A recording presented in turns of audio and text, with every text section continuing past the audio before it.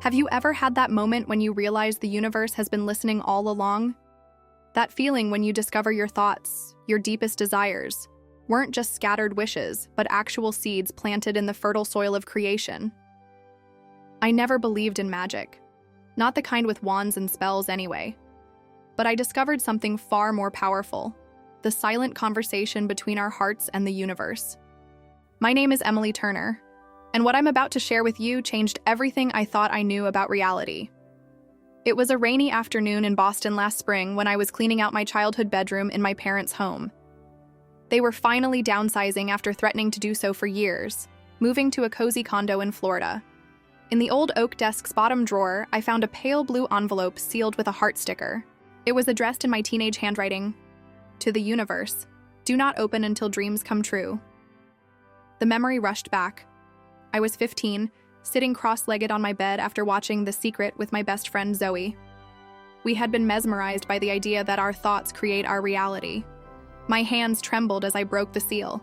The letter was written on lined notebook paper, torn from a spiral notebook. "Dear Universe," it began. April 15th, 2013.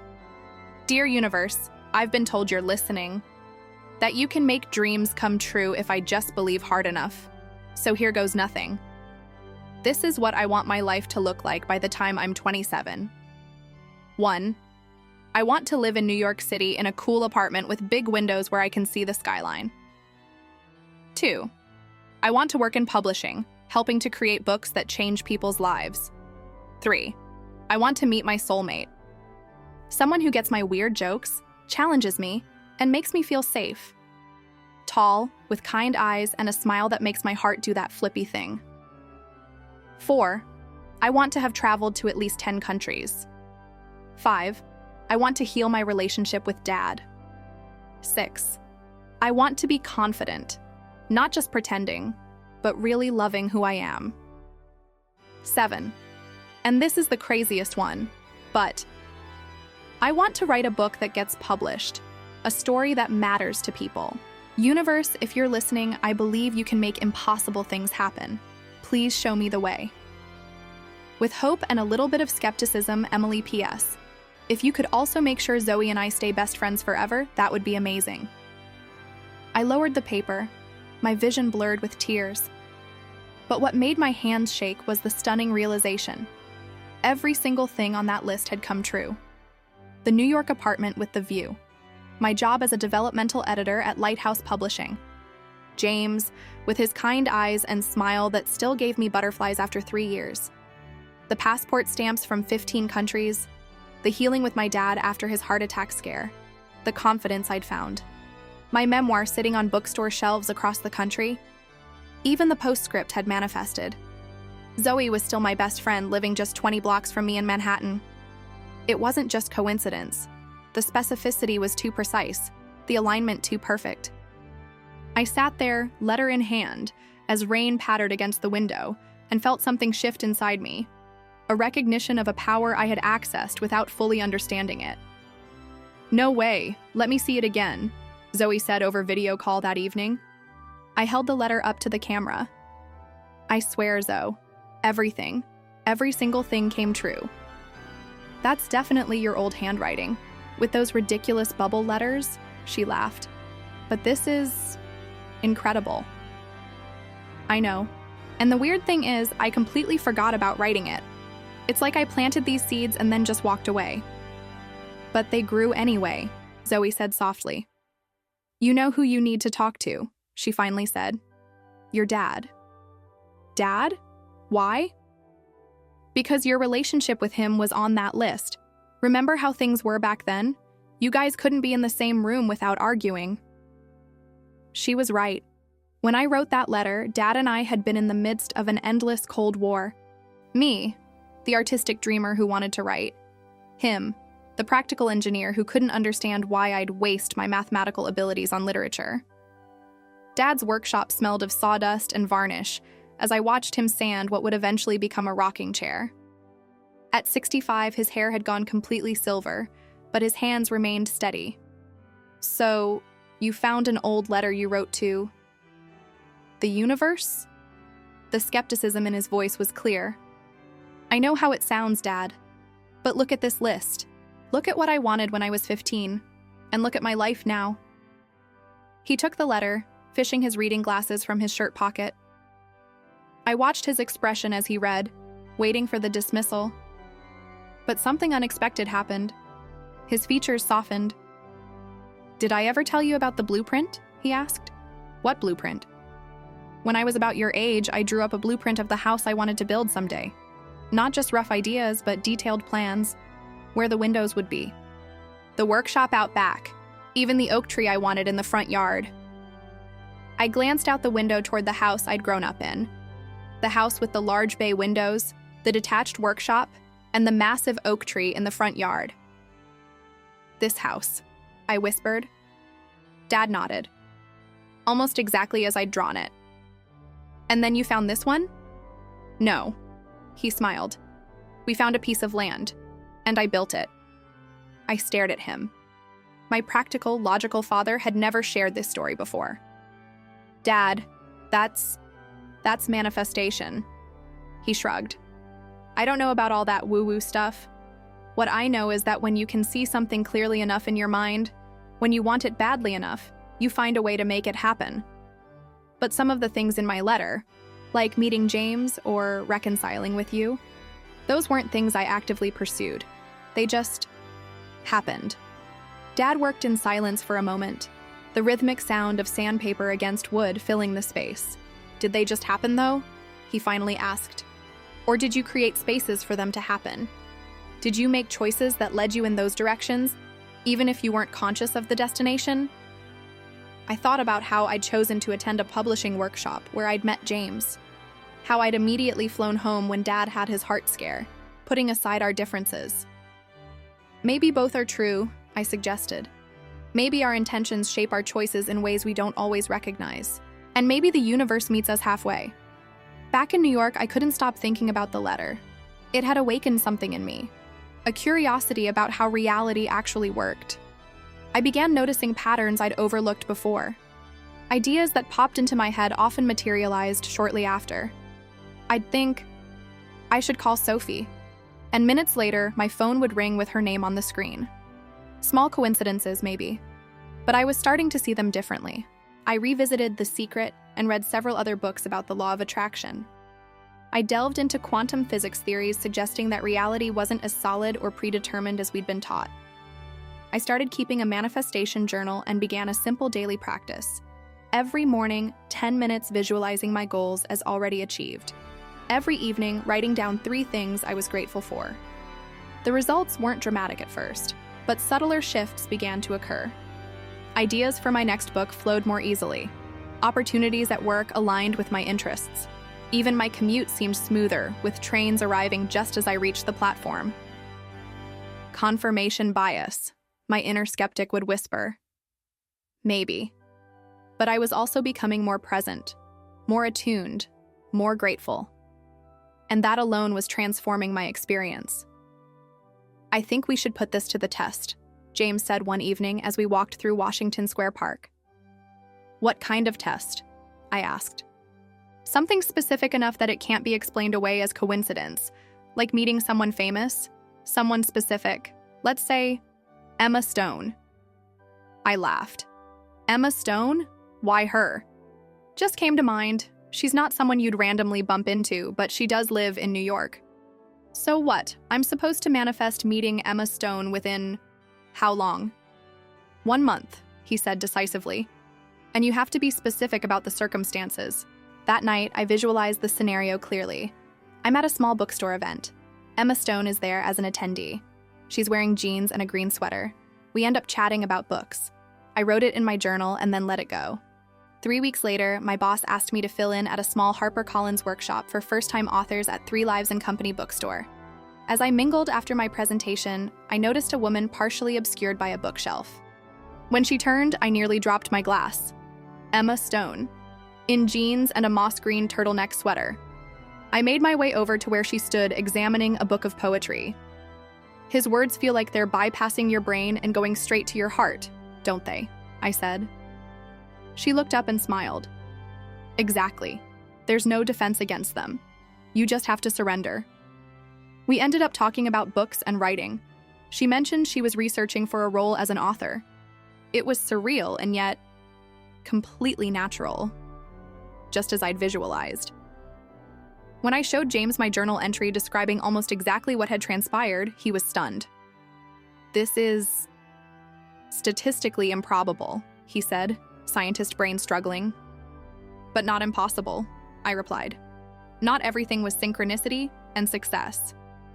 As I deepened my practice, I began noticing the places where I seemed to be manifesting what I didn't want, despite my conscious intentions.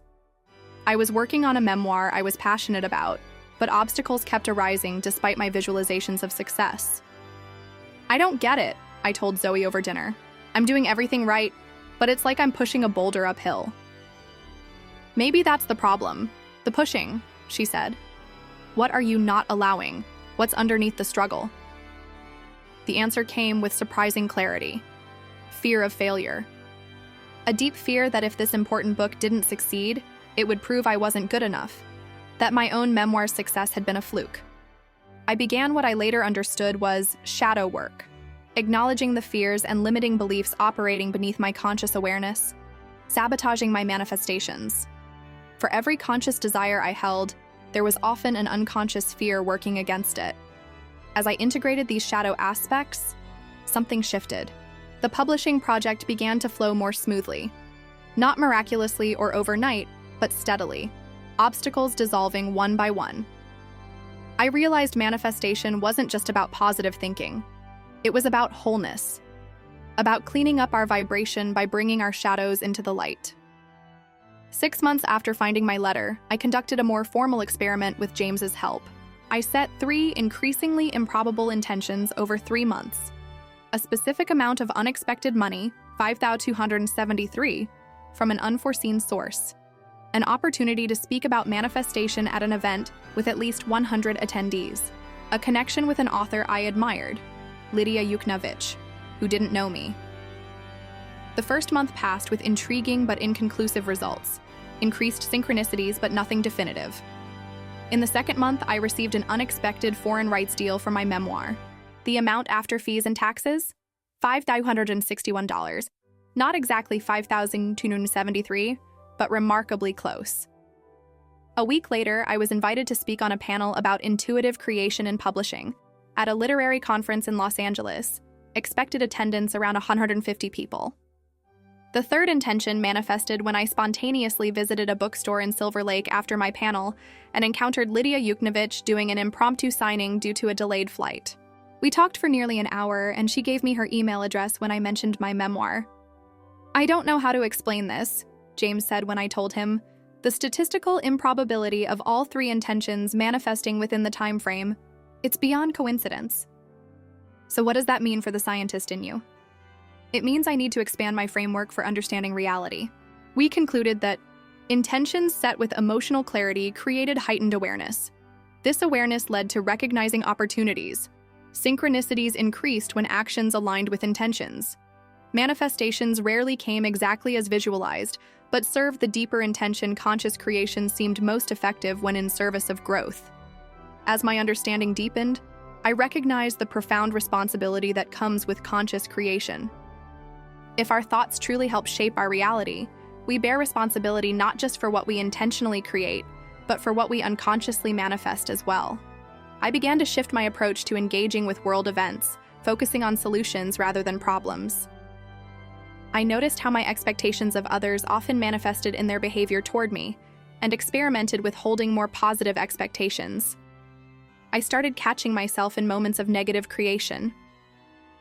This subway is always delayed. Traffic is going to be terrible. I began replacing them with new possibilities. I'm grateful for safe transportation. The perfect timing is unfolding. It felt artificial at first, but gradually my daily experience began to reflect these new expectations. Was it magic? Or was it that a mind focused on possibility notices opportunities that a problem-focused mind misses? Perhaps both were true. People around me started to notice changes in my life. "There's something different about you," Zoe said. "You seem more certain, like you're not swimming against the current anymore." I wasn't proselytizing about manifestation, but I was embodying the principles in a way that was becoming visible. People became curious and started experimenting themselves. Zoe created a vision board for her dream job and received an offer within weeks. My mother started visualizing health improvements and reported feeling better than she had in years. I started a small monthly gathering in my apartment, a possibility pod, where friends could share their experiences with manifestation. It began with just 5 people but grew to 15 within 6 months. What moved me most wasn't just the manifestation successes people reported, the jobs, relationships, opportunities. It was the more fundamental shift. People reclaiming their creative power, moving from feeling like victims of circumstance to conscious participants in reality. "Do you realize what's happening?" James asked one evening after a pod meeting. "It's not just about individual manifestations anymore. Something larger is emerging." Our small circle was creating a field where new possibilities could take root. It wasn't just 15 people changing their individual lives, but bringing a new quality of consciousness to every interaction. "A 100th monkey effect," I said softly. Exactly. At some point, the ripples connect and become a wave. Back in my childhood bedroom during a holiday visit, I sat at the old oak desk and felt called to write a new letter to the universe, this time with full consciousness. May 10th, 2025. Dear Universe, 12 years ago, I wrote to you without fully understanding what I was doing. I cast wishes into the void like scattered seeds, then walked away and forgot. Somehow, miraculously, you heard me. Today, I write with full awareness and intention, with deepened understanding of our co-creative relationship. This letter is not about my personal desires. This letter is about something larger. I envision a world awakening to the creative power of consciousness. Not just as a nice theory, but as a lived reality. I envision people discovering they are not victims of circumstance, but powerful authors of their experience. I envision a book that serves this awakening. My book, yes, but really our book. A book that finds its way to exactly the people who need its message. I don't know exactly how this will unfold. I release attachment to specific outcomes. I trust your infinite creativity, your perfect timing, your wisdom that exceeds my own. What I commit to bringing is my full heart, my authentic voice, my deepest truth. I ask that this creation serve the highest good of all beings. With trust in perfect unfolding, Emily. In the months that followed, my book took shape with remarkable ease. I titled it, Dear Universe, How a Forgotten Letter Taught Me the Art of Conscious Creation. 9 months later, I held the first printed copy in my hands. The book's publication unfolded with the same magical flow that had characterized its creation. Major podcast features, unexpected endorsements, 12 languages within a year. But the most profound impact wasn't measured in sales figures. It was in the subtle shift I could feel occurring, a remembering rippling outward. People discovering that reality was more responsive, more malleable than they'd been taught to believe. 3 years later, I stood on a stage in Los Angeles facing an audience of over 1,000 people at a conference on the convergence of quantum physics, ancient wisdom, and consciousness.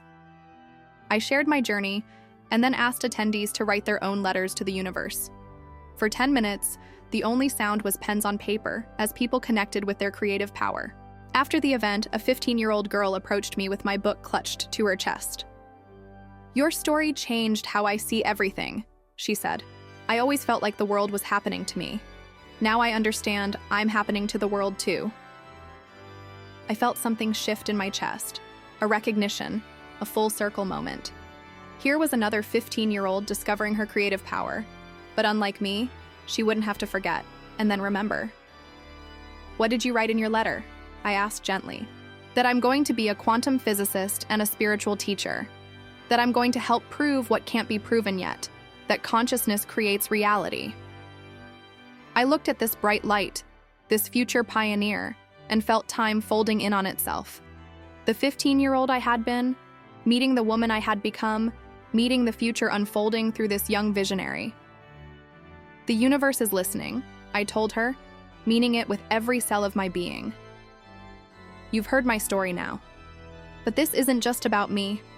It never was. This is about you too.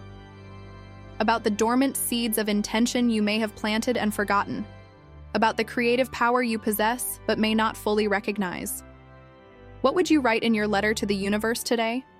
What reality are you ready to consciously create? The universe is listening. It always has been. You are not merely an observer of reality, but a participant in its creation. You are not merely subject to circumstances, but a powerful author of experience. This remembering doesn't guarantee a perfect life free from challenges. Manifestation isn't about bypassing the human experience. It's about engaging with it more consciously, more creatively. So I invite you, right now, wherever you are, to pause, to breathe, to feel the creative life force flowing through you, to recognize the magnificent co-creator that you are and always have been. The pen is in your hand. The universe is waiting. Your next chapter begins now. If this story has touched something in you, if you feel that spark of recognition, I invite you to share a simple affirmation in the comments. I am a conscious creator. Remember, it might feel like just a letter to the universe, but it's actually the beginning of everything. If this story touched your heart, give it a like and subscribe to the channel. It helps more people receive these messages from the universe.